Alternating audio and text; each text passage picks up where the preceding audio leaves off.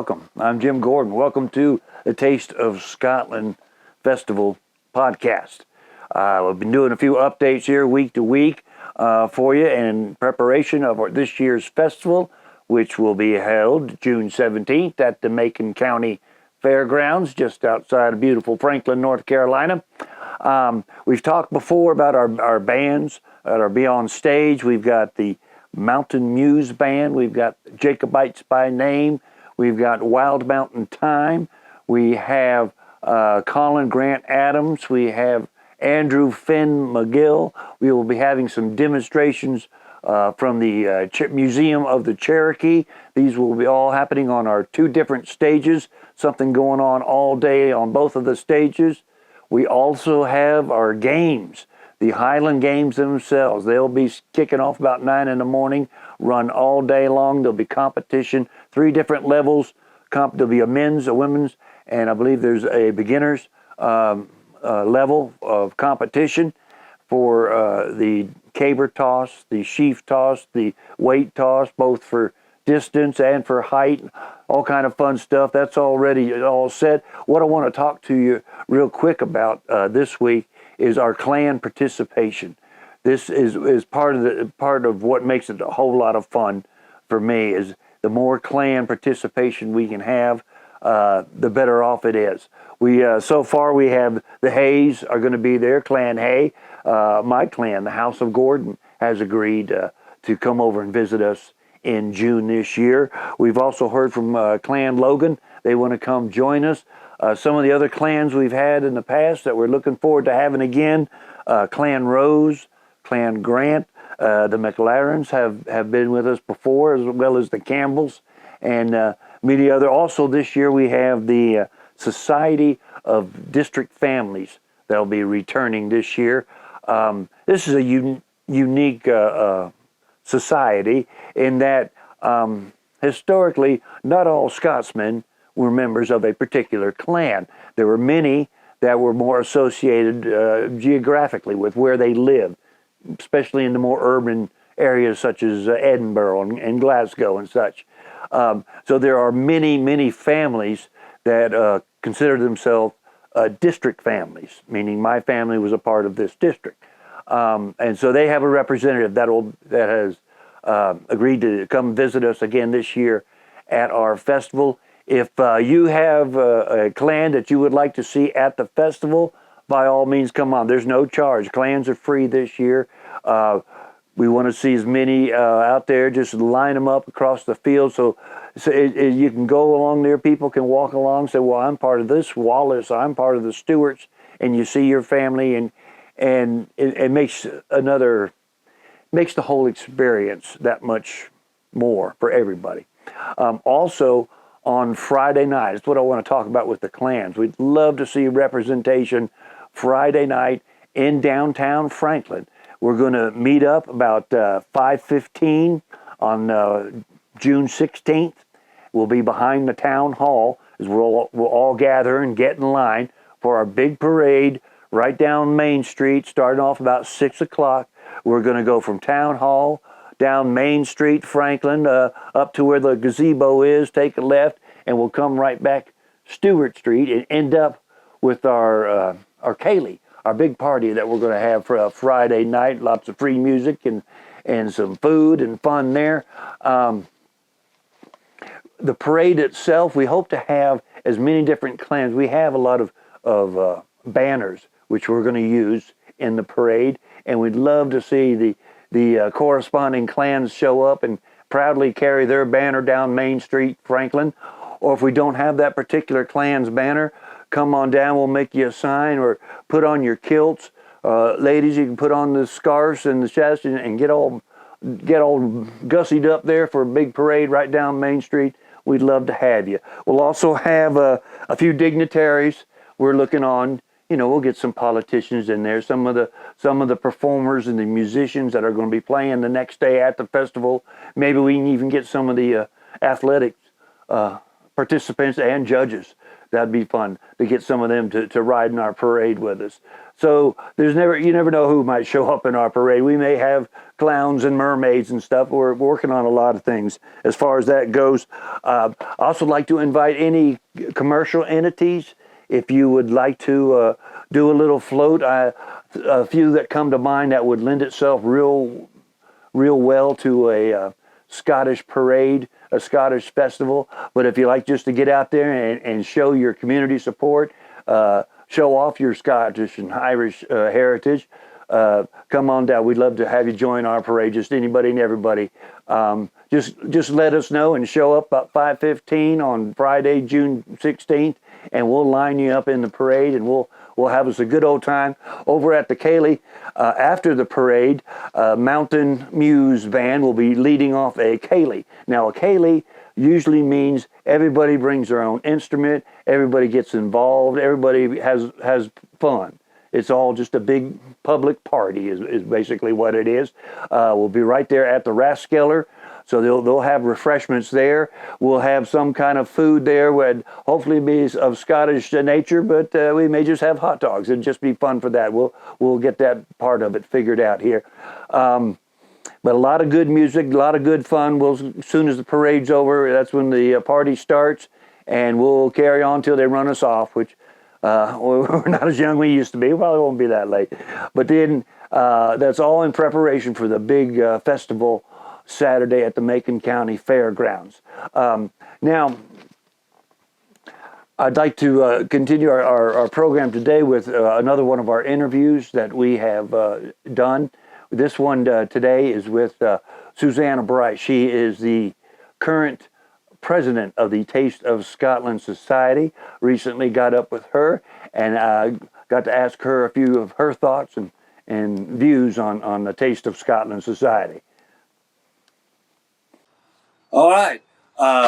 Welcome back. And this week we are talking with the current president of the Taste of Scotland Society, Miss Suzanne Bryce. Mm-hmm. I'm pronouncing that Bryce? You are perfect.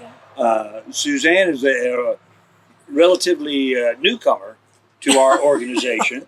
She's been with us for a little over a year, I believe. And she's jumped right in there, and we sure do appreciate it. Suzanne, what is your motivation for being a part of the society here? Well, it's fabulous people who make me laugh, and it's an interesting subject that I'm learning about from three sides of my family. We're from Scotland, and I didn't really know that until my parents passed away. And I was a big fan of the Scottish movies that I saw, like Rob Roy and Braveheart and some of the other stuff with Sean Connery. And so that made me want to go to Scotland. And then I started learning about it. And so when I moved here, one of the reasons I looked here is because I read about the tartan. There's a museum here in town. And so that made me start looking, and then I fell in love with the house, so here I am. We happen to be at Suzanne's house filming this. Is a lovely house. What are you most anticipating? What do you think as the job for the festival coming up? The festival coming up is going to be. I think it's going to be fabulous. It was really good last year after a tornado took its hit and stuff. So, I mean, we can only improve, right? The people that I met and talked to were fascinated with the real Scottish things that they were seeing. They kept saying, "This is so real. This is so real."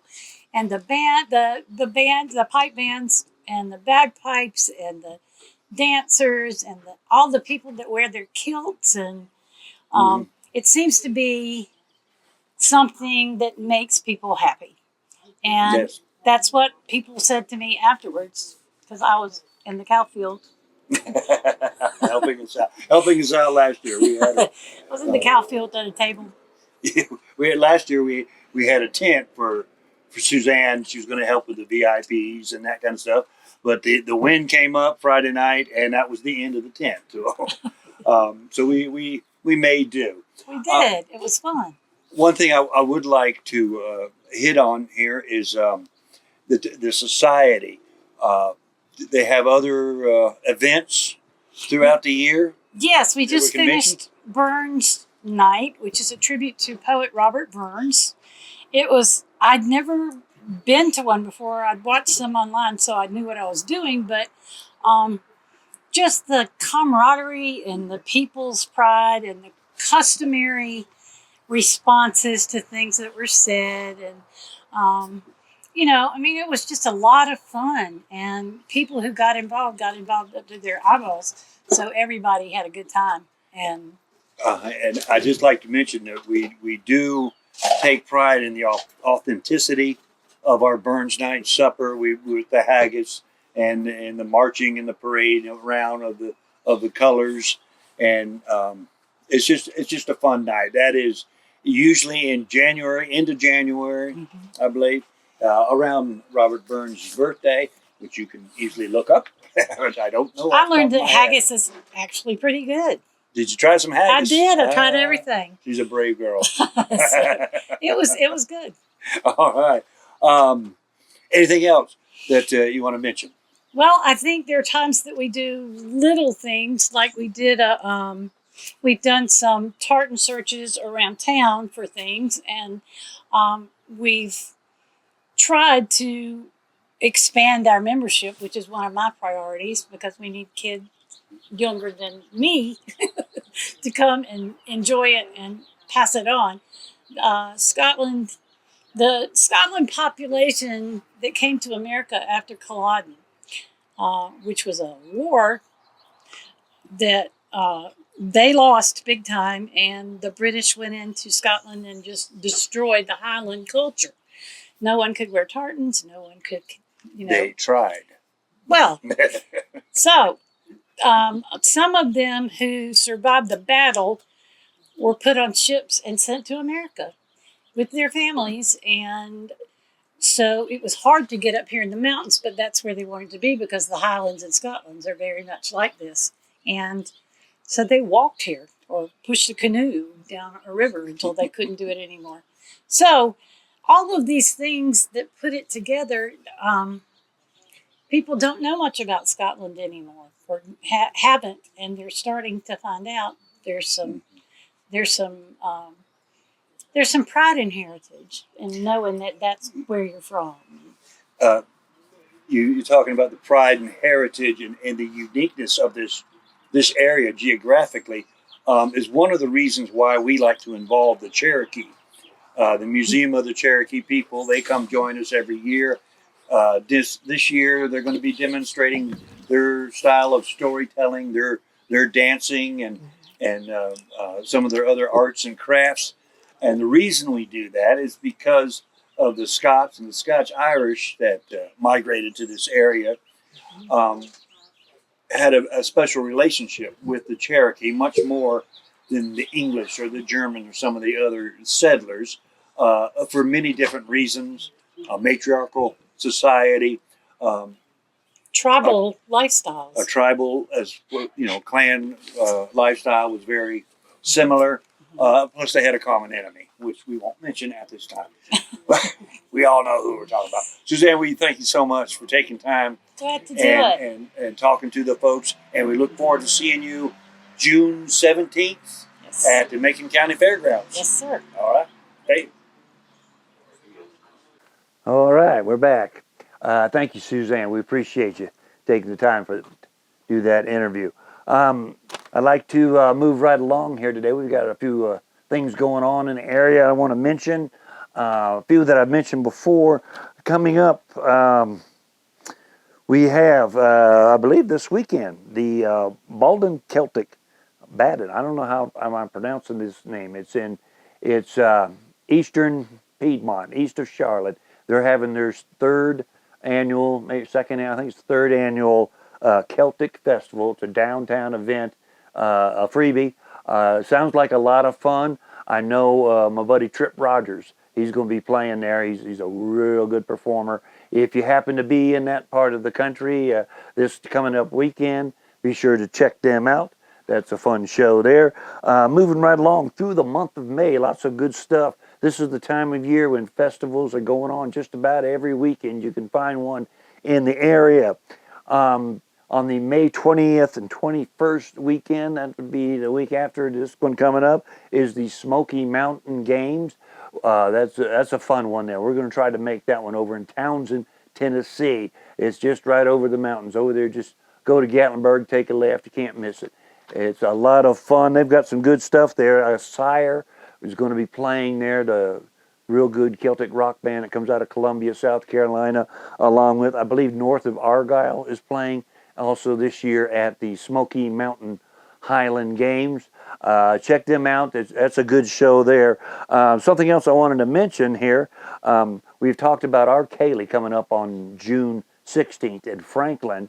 To get an idea of what a Kaylee is all about, they're having one May 18th, which would be next week on a Thursday at the Spotted Pig in Clayton, Georgia. If you're getting down that way, the Spotted Pig, go check it out. It's a lot of fun. You don't have to play. If you don't play, just enjoy the music, clap your hands, sing the songs if you know them. If not, just sit back and enjoy. It's always a good time and always a lot of fun there at the Spotted Pig in Clayton, Georgia, with a Kaylee on Thursday, next Thursday. Moving right along, they had the Savannah Games this past May. I heard they had a great time there. End of the month, we go down to Greenville for the Greenville Games. They have a Friday night parade downtown Greenville, and then the big show is Saturday. I believe it's at Furman University campus is where they have the Greenville Highland Games. That's always good stuff. Abadoc is going to be there. Sire, again, will be there. Lots of good bands to hear. Lots of good fun. Just the dogs and the smells and the aromas and the sounds. You can't beat it. Moving right along real quick, something I just heard of I haven't heard it, just heard of it. The Blairsville Highland Games, which is June 10th, which is a week before ours. So you got plenty of time. They will be having some friends of ours come up from the St. Pete area of Florida. The band called the Celtic Conundrum. We've seen them many times, grown to love their music and love them. They're great people, Sandy and Gene Martinelli and the rest of them. So if you get a chance, Blairsville, Georgia, June 10th. They've got the Blairsville Highland Games that goes on all day long. Maybe by next week I can get a little update on who else they have there. Ours is June 17th. We hope to see you there. Anything else I'm missing? We've got a Tuatha show on the 26th of May. That is at the Open Chord in Knoxville. They are opening actually for Celtic Nova. Oh, one of the big bands. They're the ones that got the fire coming out of the bagpipes. It's a great show. If you get a chance, that is on the 26th of May at the Concourse in Knoxville. That about does it for our calendar. I don't see anything else right there. Don't forget our show, Macon County Fairground, is on June 17th. We're going to leave you today with some of the before-mentioned sights and sound from the Smoky Mountain Games from last year. We had a great time last year. Josh got some good footage there for you. We're going to play that for you here. And so just to whet your appetite a little bit on what we got coming along here in Franklin. Thank you, and we'll see you next time.